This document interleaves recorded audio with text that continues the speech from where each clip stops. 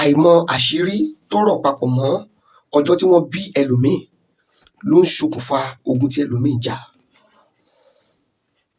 Àìmọ̀ àwọn agbára tí ń bẹ nínú ọjọ́ tó bí ẹlòmíì ló fà á tí ẹlòmíì kò tí ì fi bọ́ nínú ogun jíjà tó ń jà.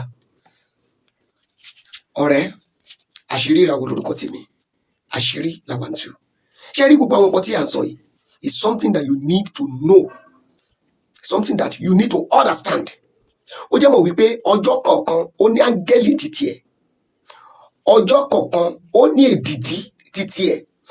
Ìdí ẹ̀ nìyẹn la fi sọ pé nínú wòlíì tún bẹ nínú wòlíì, nínú astrologers tún bẹ nínú astrologers.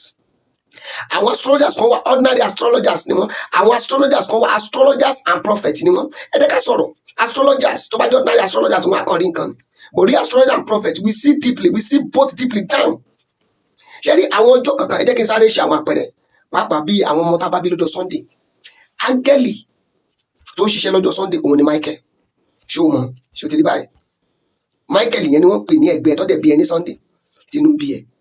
Kò sí ìgbà tó bá ti pé àwọn orúkọ màláìka yìí, it make your prayer answer quickly. Tó bá pàdé wòlíì gan, wòlíì tó gbójú ògídà wòlíì, ó máa ábẹ̀rẹ̀ ọjọ́ tó bí ẹ, á dẹ̀ lo àwọn màláìka yẹn fún ẹ. Àṣírí nìyẹn. Gbogbo ọmọ tó bá bí ní Monday, Gabriel ní áńgẹ́lì tó ń lo ọjọ́ yẹn. Ọmọ tó bá bí ní Tuesday, Camel ní áńgẹ́lì tó ń lo ọjọ́ yẹn. Ọmọ tó bá bí Wednesday, Raphael ní áńgẹ́lì tó ń lo ọjọ́ yẹn. Ọmọ tó bá bí Thursday, Rachel láńgẹ́lì tó ń lo ọjọ́ yẹn. Ọmọ tó bá bí Friday, Anael láńgẹ́lì tó ń lo ọjọ́ yẹn. Ọmọ tá a bá bí ní Saturday, Cassiel láńgẹ́lì tó ń lo ọjọ́ yẹn. Ṣé wọ́n wá mọ̀ báyìí? Abalajọ tí nǹkan fi le fún ọ.